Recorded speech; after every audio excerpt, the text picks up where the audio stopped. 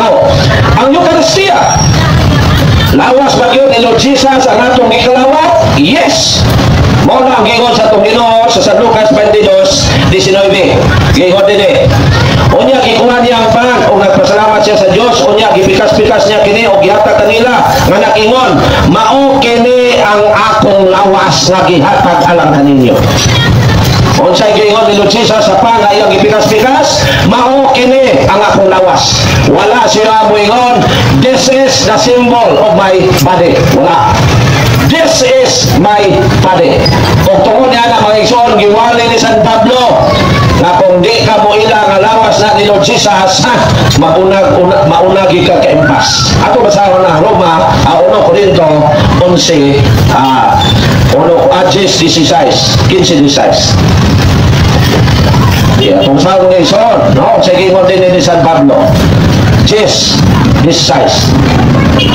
Ang kupa sa panalangin, nga tungod ni pasalamatan nato ang Dios.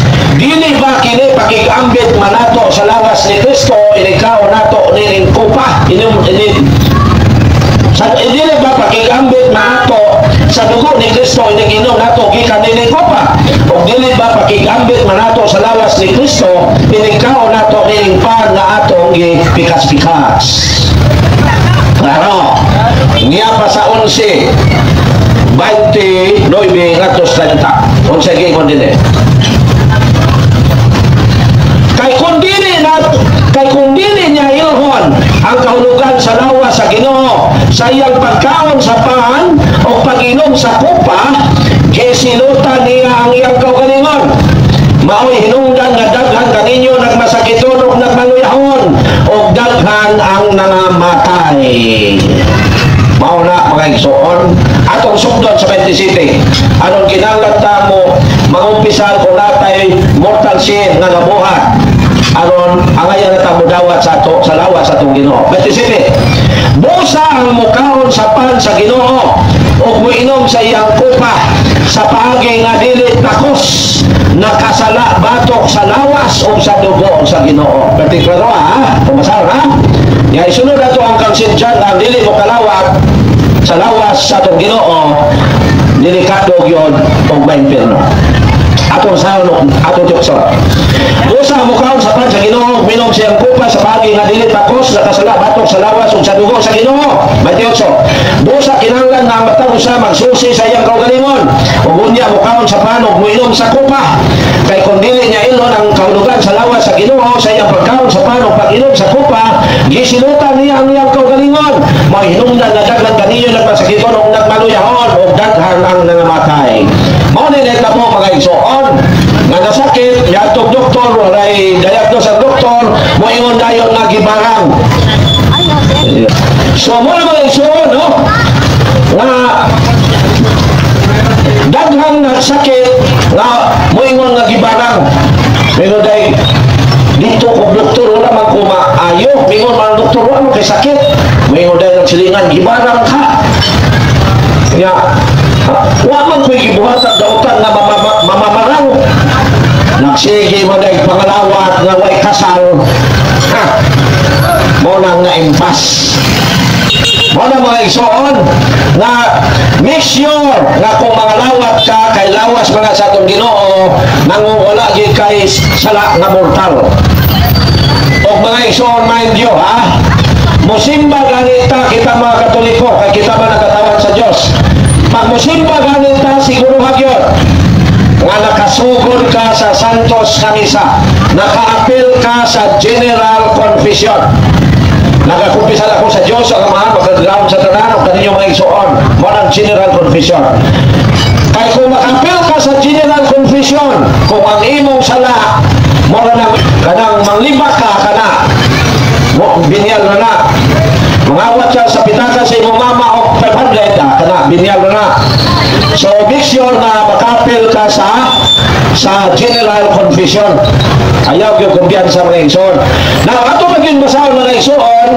nga kinahanglan gyud ang mukaon sa lawas sa atong Ginoo kay kung dili pa mga lawak sa lawas ni Lord Jesus urot yun tagkaimpas mo ni bantayin ninyo mga kaigsunan kung Katoliko ha o kamo mga sikta.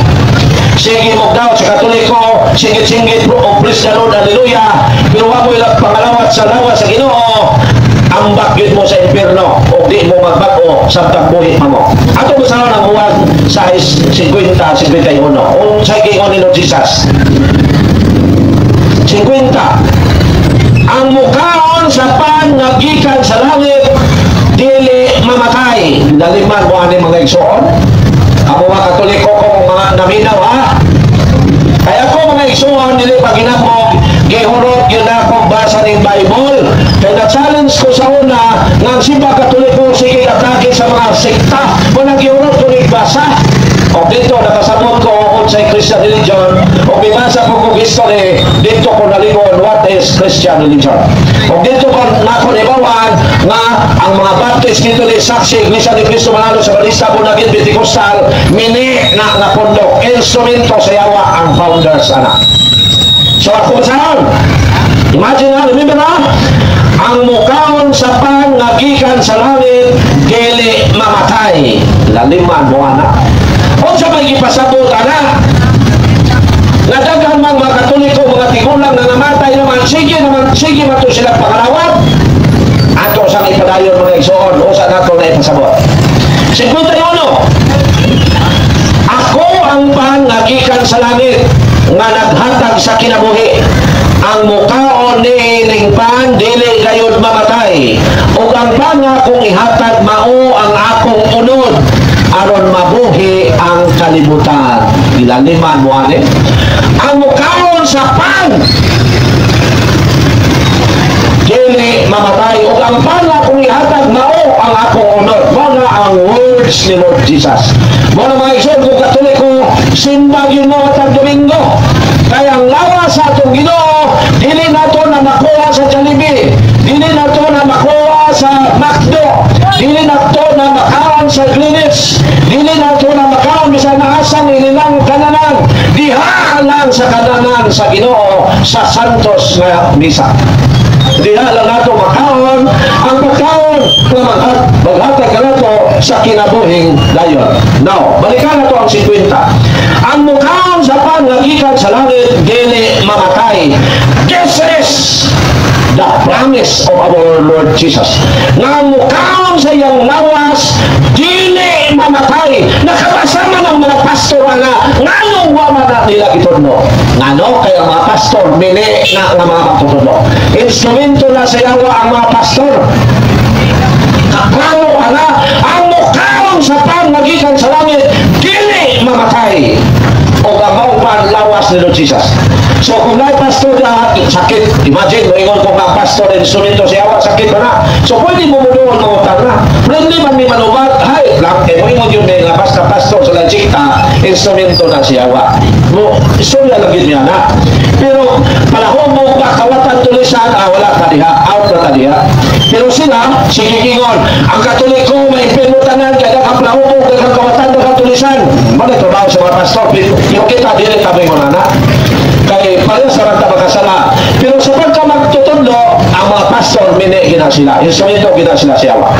Now, unsay gipasabot sa Ginoo sa iyang pagingon, ang mukaon sa pan nga gikan sa langit nga mao siya dili mamatay. Ang ipasabot ang mga igsoon nga ang mga lawat sa lawas ni Lord Jesus dili maimperno.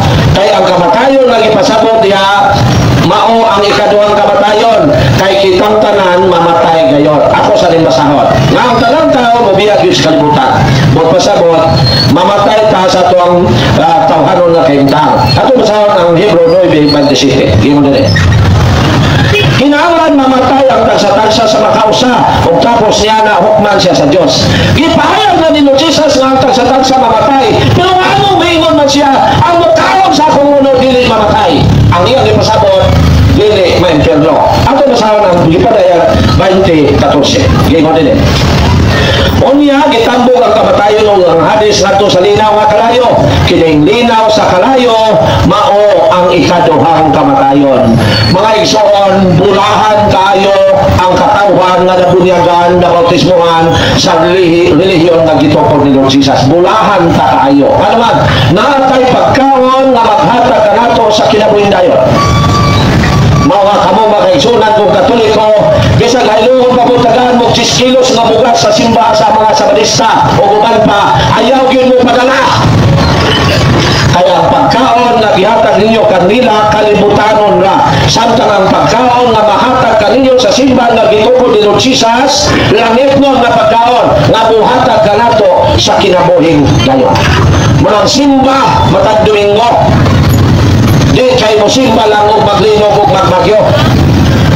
So mo na mga igsoon.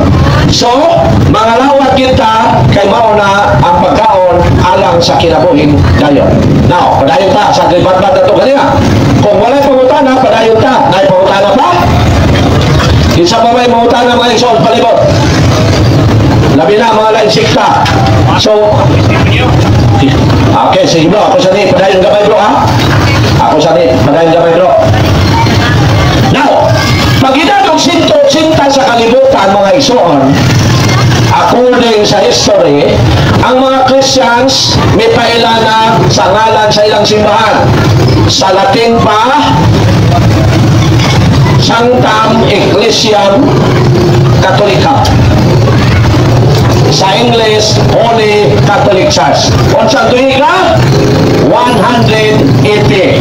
Asa na basawa, asa na sulat, kaya wala naman na masulat sa Bible, kaya ang Bible sirado naman na tutuig 100, dito na mabasa sa libro sa simbahan na gitawag og Didache. What is Didache? Didache meaning the teaching of the 12 apostles. Nana dito ng iso. Pagabot sa tuig 313, ang mga Christians natagan na o kagawasan sa sulod sa 300 years na pagpanglutos o persecution. Grabing pagpanglutos sa mga Christian sa una mga igsoon. Ang mga obispo, espesyal o kamatayon, si Saint Cyril, gisunog na buhi. Si Saint Bartolomeo, gipanitan na buhi. Si Saint Peter, gilansang sa cross, gipaligtad ang ulo sa ubos, tiil sa taas. Pero siya nagbuot, kaya sumala pa niya. Yes. Kaya sumala pas niya, I am not worthy to die like my master. Kung nagibaliktad siya, si St. Andres yung igsoon gilansang sa literis. Si St. James gihulog sa kampanaryo, pagtukpa sa upos buhi pa, gimaso ang ulo. Si St. Thomas, si Santo Tomas, dito sa India gipatay, gidunggap-dunggap daghan. Si St. Paul, giputlan ang ulo, pero nagmilagro ang ulo ni San Pablo. 3 times may untol, may bounce, kada tugdong siyang ulo mo sirit ang tubig. Untol lasad pagtugdong sirit lasad ang tubig. Untol lasad pagtugdong sirit lasad ang tubig. Mo na milagro sa ulo ni San Pablo.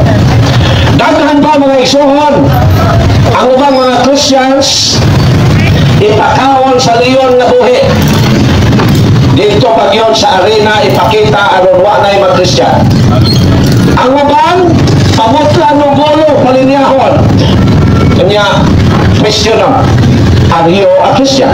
Pag-ingog, yes, putol lang ulo. Are you a Christian? No. Buyang, are you a Christian? Yes, putol lang ulo. Are you a Christian? Yes, putol lang ulo. Kung silot sa mga Christian sa una. Sunod sa 300 katolik, kanang mga sikta, sa Ginoo ko. Sa pagtuon kong Biblia o history, ang mga sikta founder, mga Bunagin Baptist Methodist, wag yun ay kwenta ng mga pundo. That is only a business. Sorry, ha? Nganong business ng lain sikta, kaya gipahayag na lang sa itong Ginoo daan. 1 Timoteo 6:5, di mo din eh. Kung wala yung unong nga panaglali sa mga tao at hindi makasagot o wala na magbaton sa kamaturan, naguna-una sila nga ang relihiyon o sa kapaagi sa pagpadato. Ato na po sila musangyaw sa mga Katoliko, kay musangyaw ni sila dito sa mga lugar na wala Christian, hadlok pa ni sila patyon. Pero mga Katoliko dito na musangyaw sa wala Christian, bahalag patyon. So, natong tuwing 313, natagan sila kagawasan pinagi ni Constantine the Great, usa ka banggiitang emperador sa Roman Empire nga gigamit sa Ginoo aron mga Christians matagan og kagawasan. Nasa ikupat tali ni Maxentius, usa sa mga emperador usab sa Roman Empire, pero mas daghan og sundalo kay ni Constantine the Great. Nagampo sa Ginoo si Santa Elena, ina ni Constantine the Great, natabangan ang iyang anak nga mudaog sa gubat, o tuod man midaog gayon sa gubat. Wala gingon mga igsoon, read the history, not just listening story. Now, sumala sa kasaysayan si Constantine the Great nga sa gubat ni Maxentius dito sa Roma. Mag-abot sila sa Milvian Bridge. Nabalaka si Santa Elena, kagamay ng sundalo ang iyang anak. Nag-ampo siya o gimilagluan sa Ginoo si Constantine the Great. Nakakita si Constantine the Great o kahayag sa langit o tutok. Hayag pa sa adlaw, ang kahayag na iyang nakita o ang maong kahayag ang forma cross. O ubo sa cross na mga words in hoc signo vinces. Sa English pa, by design you will win. Mito si Constantine the Great, tungod niya na gibutangan niya cross ang ilang mga flag nila, ang ilang gamit sa gubat, mga taming, espada o uban pa, gibutangan nila cross. O tuod man, pag-abot nila sa Milvian Bridge, natingala si Constantine the Great kay wala pa sila mag-abot apan ang ilang mga kaaway nang giunay hinoon og patay.